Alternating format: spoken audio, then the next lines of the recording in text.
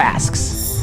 We do them every day. We have apps, we have spreadsheets, we have journals, we have print-offs for brain dumping, but are they even effective? And the question is, did we win the day? Think about this. Any sport, what if we didn't keep score? How would we know who won? The same thing goes with your tasks and your day-to-day structure. So we have to identify, how do we win? And so the best way to do this is take 5 tasks, 5, and you say, if I get these done, I've won the day. So that when you go to bed at night, you can lay down and say, I crushed it today, I won. The problem is when you don't identify those. Now you're just completing tasks to complete them, and obviously you might go through something that's a little easier.